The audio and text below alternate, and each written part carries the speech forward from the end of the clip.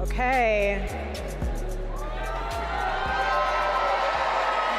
Last year, my husband introduced to all of you our incredible President of the United States. This year, it's my blessing, AmFest, and privilege to be able to introduce to you our incredible Vice President, J.D. Vance. J.D. Vance lives the American dream because he wants you guys to be able to live the American dream. I grew up in Middletown, Ohio, a small town where people spoke their minds, built with their hands, and loved their God, their family, their community, and their country with their whole hearts. But it was also a place that had been cast aside and forgotten by America's ruling class in Washington. Despite the closing factories and the growing addiction in towns like mine, in my life, I had a guardian angel by my side. She was an old woman who could barely walk, but she was tough as nails. I called her Mamaw, the name we hillbillies gave to our grandmothers. Thanks to that Mamaw, things worked out for me. After 9/11, I did what thousands of other young men my age did. I enlisted in the United States Marines. From Iraq to Afghanistan, from the financial crisis to the Great Recession, from open borders to stagnating wages, the people who govern this country have failed and failed again. That is, of course, until a guy named Donald J. Trump came along. President Trump represents America's last best hope to restore what, if lost, may never be found again. A country where a working-class boy born far from the halls of power can stand on this stage as the next Vice President of the United States of America. For Charlie, we will speak the truth every single day. For Charlie, we will rebuild this United States of America to greatness. We will never cower, even when staring down the barrel of a gun. For Charlie, we will remember that it is better to stand on our feet defending the United States of America and defending the truth than it is to die on our knees. May our Heavenly Father give us the courage to live as Charlie lived. That is what we must do for Charlie. Ladies and gentlemen, please welcome Vice President J.D. Vance.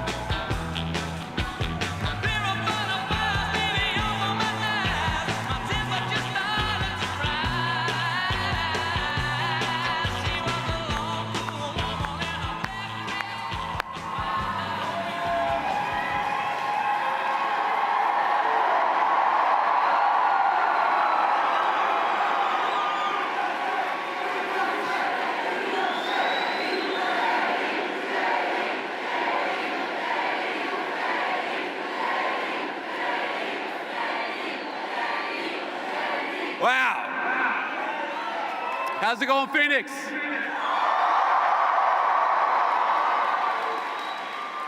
It's so good to be here with you all on this amazing day to close out an amazing AmFest 2025.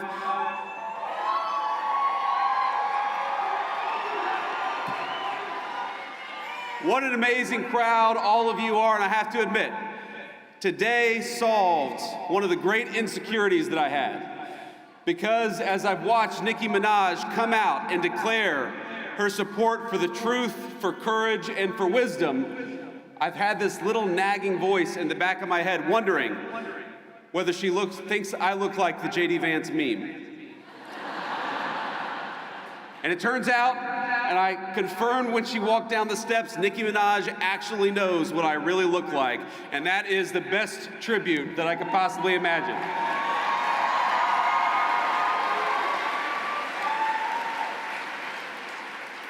I have to start off with a note of gratitude. Erica, I cannot thank you enough for your strength, your grace, and your kind words of support for this administration and for me personally.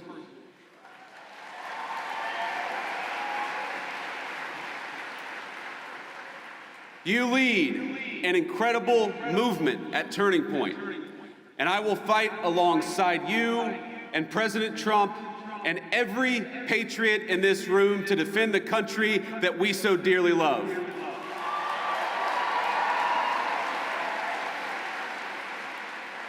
And when I say that I'm going to fight alongside of you, I mean all of you, each and every one. President Trump did not build the greatest coalition in politics by running his supporters through endless, self-defeating purity tests. He says, "Make America great again," because every American is invited.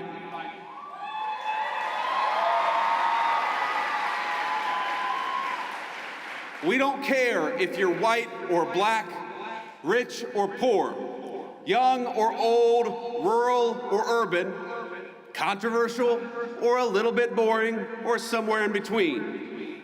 People of every faith come to our banner because they know that the America First movement will make their lives better, and they also know that the Democrats don't care about anything other than maybe transing their kids. So if you love America, if you want all of us to be richer, stronger, safer, and prouder, you have a home on this team.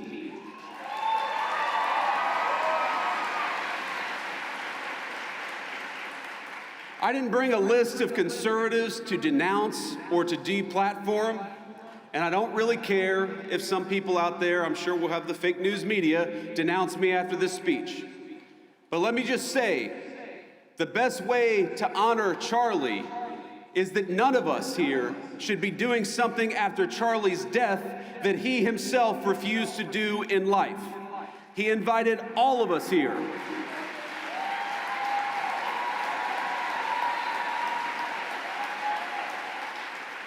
Charlie invited all of us here for a reason, because he believed that each of us, all of us, had something worth saying, and he trusted all of you to make your own judgment.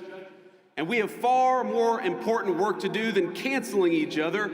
We have got to build, and President Donald Trump is a builder.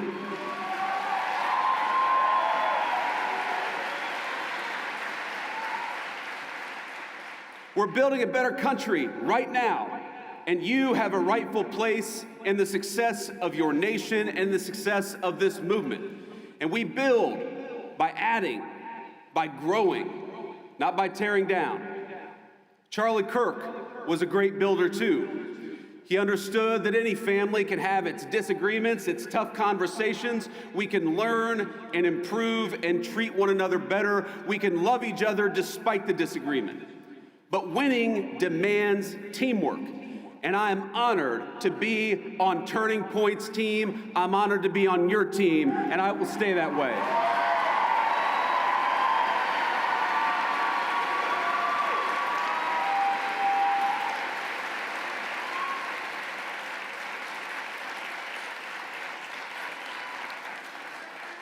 There's still so much important work to do, my friends. We're barely a year into this administration, not even a year into the administration. But I'm so proud of the accomplishments of the president and the entire administration. In just a year, we ended Joe Biden and Kamala Harris's border crisis.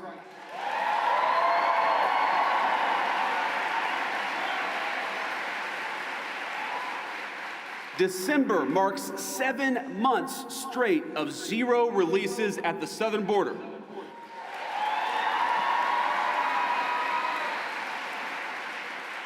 More than 2.5 million illegal immigrants have left the United States, the first time in over 50 years that we have had negative net migration, and it's just the start. When you restore sanity at the border, it shows up everywhere else. Rent prices are dropping 4 months in a row, and more native-born Americans are working than ever before. Kamala Harris opened the border and destroyed the economy. The Trump administration gave you net negative migration and much more job creation.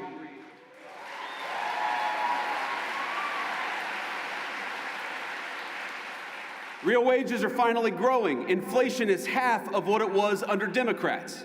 Gas prices are their lowest in years. And we have finally made it clear that in the United States, we believe in hard work and merit.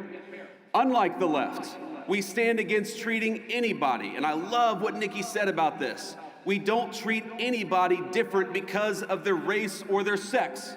So we have relegated DEI to the dustbin of history, which is exactly where it belongs.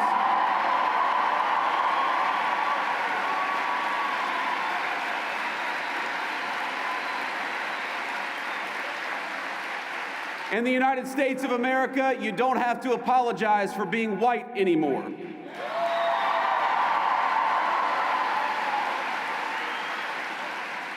And if you're an Asian, you don't have to talk around your skin color when you're applying for college, because we judge people based on who they are, not on ethnicity and things they can't control.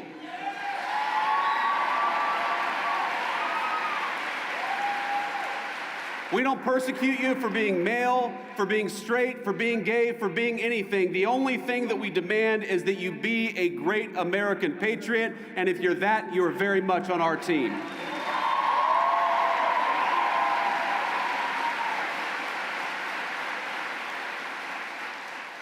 Just consider the contrast. Kamala Harris used the government to censor you. We're using, in the Trump administration, the government to protect your free speech, whether it's on college campuses or in the digital marketplace of ideas.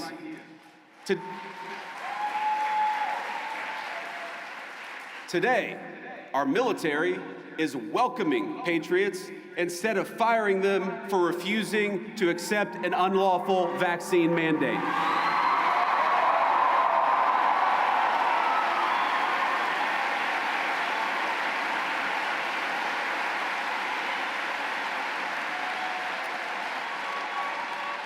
And to honor Charlie, but also to honor all of you, we're working to end the scourge of left-wing violence in the United States of America. We're going after the far-left crime networks, but we're also going after the monsters that fund them. We don't just want to go after the Antifa member who threw a brick at an ICE agent. We want to know who bought the brick, and we're going to prosecute them too.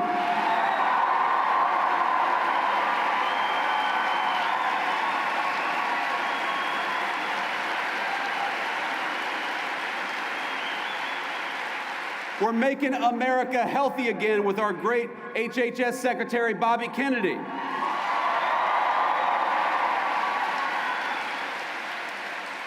We're bringing drug prices down and purging our food supply of the poison that had built up over a generation.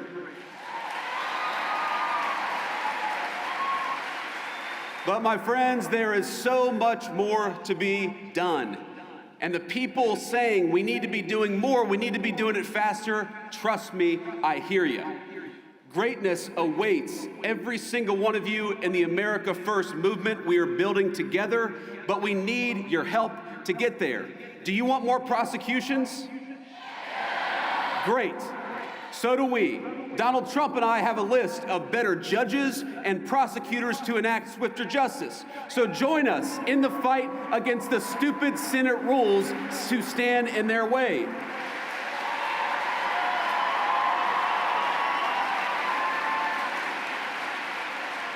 Do you want faster deportations? So go to ice.gov/join, because we're building an army of patriots and we need good people who care about the country to help us secure the border and do it even faster.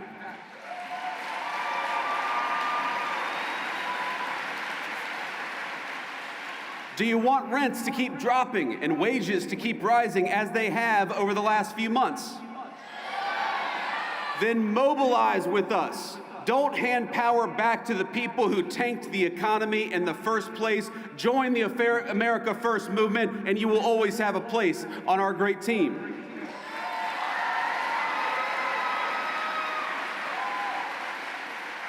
Next month will be the official one-year anniversary of the Trump administration, and I am damn proud of our record so far.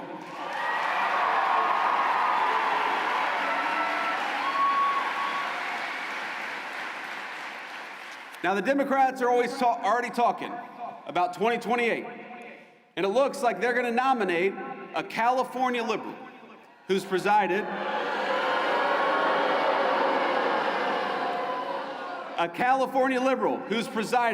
over rolling blackouts, open borders, and unchecked violent gangs.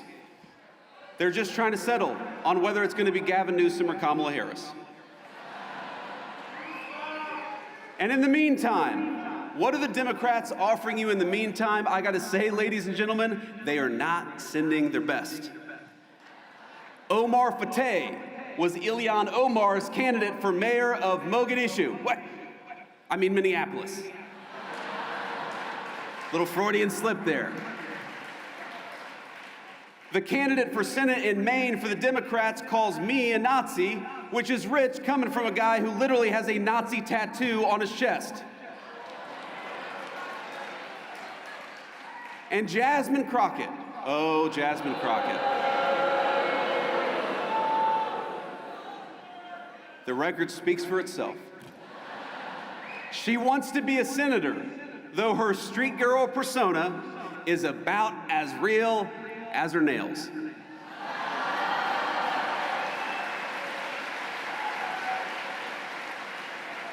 But ask yourself, what do all of these people have in common? And the unfortunate answer is they are puppets. They don't actually matter. They are cogs in a machine that wants to make you poorer, that wants to make you less powerful, and wants to make you less safe in the country your ancestors built. And while President Trump and I are doing everything we can to break that machine, the left is still there, my friends, and they are still very powerful. Don't delude yourselves. It's the activist groups who want to poison your kids with hormone replacement therapy and toxins in your water supply. It's the corporate boardrooms pushing diversity quotas while whining about the fact that Donald Trump won't let them ship American jobs overseas anymore, and boo-hoo to that. It's the rogue district judges who issued nationwide injunctions every time the president lifts a finger. It's the Soros DAs who cheered on as their cities burned. What unites them? They win when our country loses. They get rich when you get poorer. They hire the illegals that they bring in to take your jobs. They drink fine wine in the countries they ship your jobs to. They censor you because they'd rather destroy the Constitution than risk losing an argument. They bring in millions of voters because they know they can't win the argument with the people who are already here. And you know what else unites them? We are going to kick their ass next November and every year after that.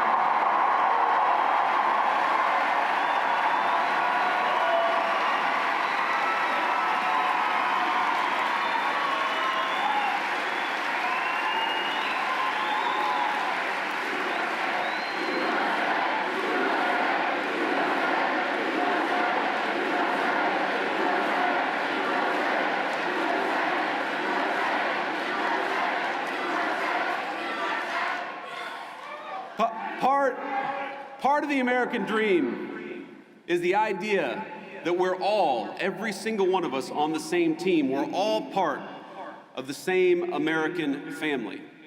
If you want to destroy that, do what Democrats have done, not just for the last 5 years, but for the last 30 or 40. Make one race the enemy of another. Make one gender the enemy of the other. Make Americans suspect and despise each other instead of loving their shared country.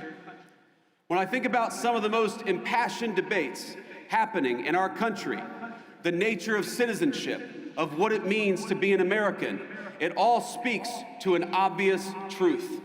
Americans are hungry for identity. We're hungry for belonging. We're hungry for a sense of our place in the world. And it's no surprise why. For many years, our fellow Americans have been dealing with a globalized economy that homogenized cultures and hollowed out our towns. Academics and activists pushing race and gender politics down everyone's throat 24/7. Big tech overlords using their internet platforms to censor stories that challenge the dominant far-left narrative in our country. More than any time I can recount, people are talking about American identity and figuring out what it is that unites us. But I want to say something here. The only thing that has truly served as an anchor of the United States of America is that we have been, and by the grace of God, we always will be, a Christian nation.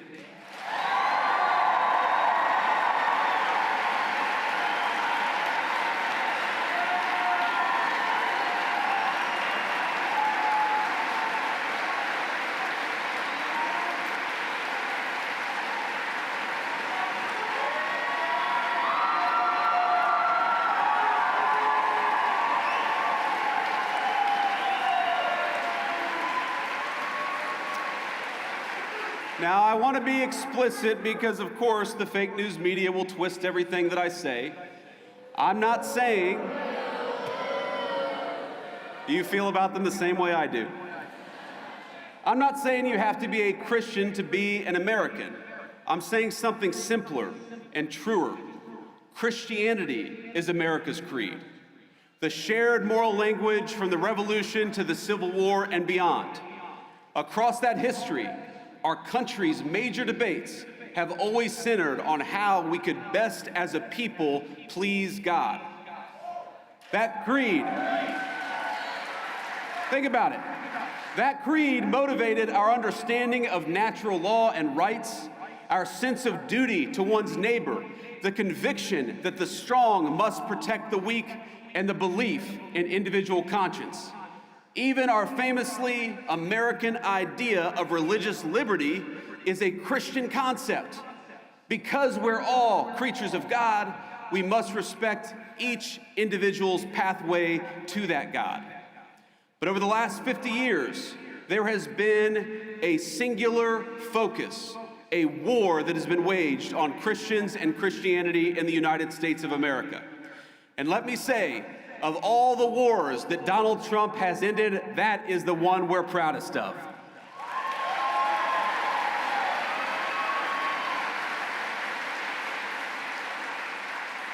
For decades, the left has labored to push Christianity out of national life. They've kicked it out of the schools, out of the workplace, out of the fundamental parts of the public square. Freedom of religion transformed into freedom from religion. And in a public square devoid of God, we got a vacuum. And the ideas that filled that void preyed on the very worst of human nature rather than uplifting it. They told us not that we were children of God, but children of this or that identity group. They replaced God's beautiful design for the family that men and women could rely on and turn to one another, with the idea that men could turn into women so long as they brought the right bunch of pills from Big Pharma. They had all the religious fervor of a zealous convert without any of the grace or forgiveness of a true Christian. Scripture tells us, "By your fruits ye shall know them." And we might ask, what are the fruits of these people and their principles? And the answer is a man named Tyler Robinson who killed my friend.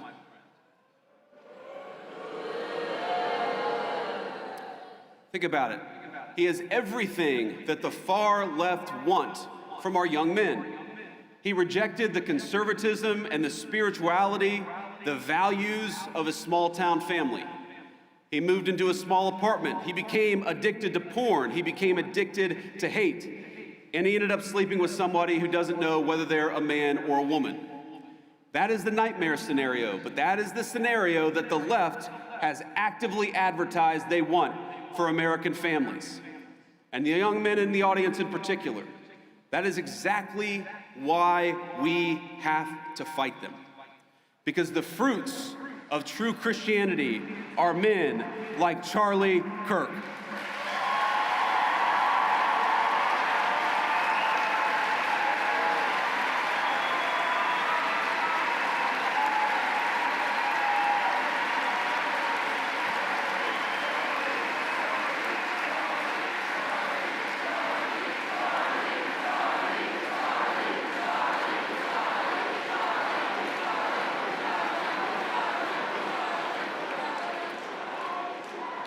The fruits of true Christianity are good husbands, patient fathers, builders of great things, and slayers of dragons. And yes, men who are willing to die for a principle if that's what God asks them to do.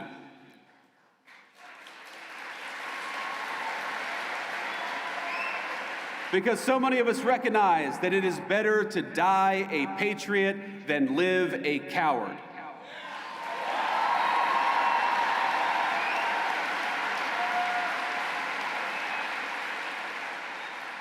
I'm going to tell you something I haven't talked about publicly before, but in the days after Charlie's death, I struggled a great deal. I'm sure many of you did too. I remember watching every video of the assassination, looking for clues, trying to understand what happened. I'd try to hide my friend and that terrible bullet hitting him, but I would try to look around. I stayed up all night for many nights in a row, researching every conspiracy theory, going down every rabbit hole. When my lovely wife, Usha, told me to come to bed, I told her I owed it to Charlie to try to uncover every stone, and so that's what I tried to do. I remember I was consumed by this fear that Charlie's death wouldn't just deprive a family of their husband or of a good father, but that it would deny our movement of a great unifier of people and a great doer of great deeds. It's the only time I can remember my wife ever telling me that she was really worried about me. She told me it many times. But what saved me was not lying to myself, but accepting the reality of the fight that we're in. Charlie's death was an immense loss, an irreplaceable loss. We got kicked in the teeth, my friends, and there's no sugarcoating it or pretending that it didn't happen. We need to accept that. And what saved me was realizing that the story of the Christian faith, like the story of these United States of America, is one of immense loss followed by even bigger victory. It's a story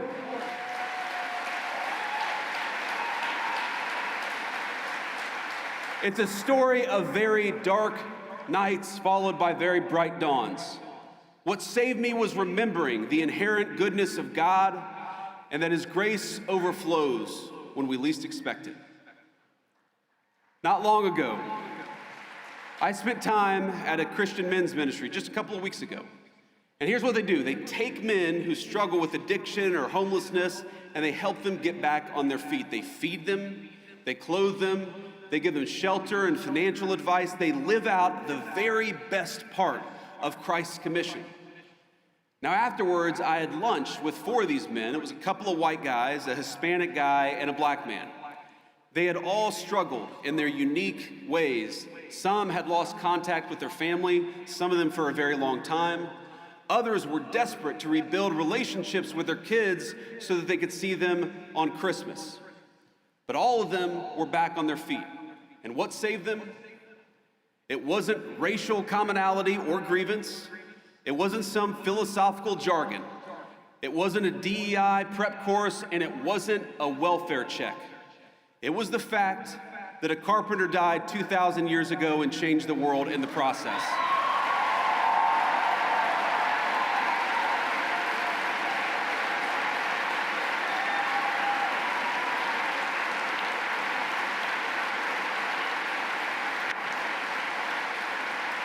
If you go to almost any food pantry in this country, you will find Christians feeding the poor.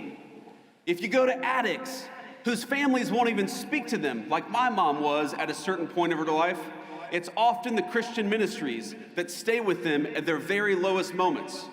You'll find Christians sitting patiently beside hospice beds and in recovery rooms and in all the places of the world where people have given up on other people.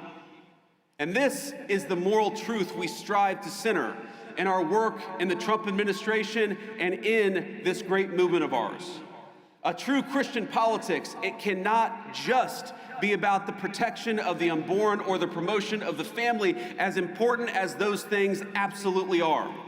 It must be at the heart of our full understanding of government.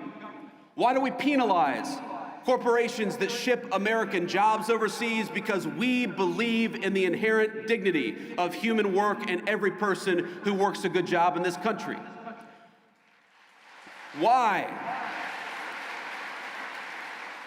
Why have we worked, without the help of Congress, to restrict H-1B visas, for example? Because we believe it is wrong for companies to bypass American labor just to go for cheaper options in the third world.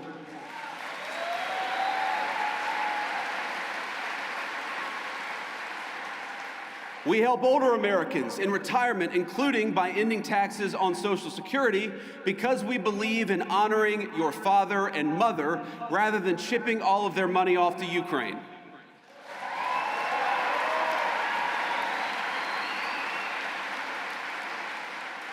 We believe in taking care of the poor, which is why we have Medicaid, so that the least among us can afford their prescriptions or to take their kids to see a doctor. And it's why we are outraged at the injustice of Tim Walz allowing Somalian immigrants to defraud that program to the tune of billions of dollars. It ought to go to Americans, because that's who it's there for.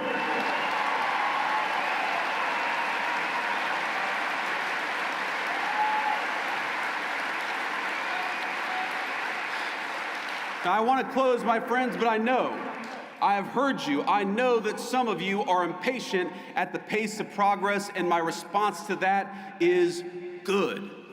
Be impatient. Use that desire for justice for your country as fuel to get involved in this movement in a bigger and better and more powerful way. I know some of you are discouraged by the infighting over any number of issues. Don't be discouraged. Wouldn't you rather lead a movement of free thinkers who sometimes disagree than a bunch of drones who take their orders from George Soros?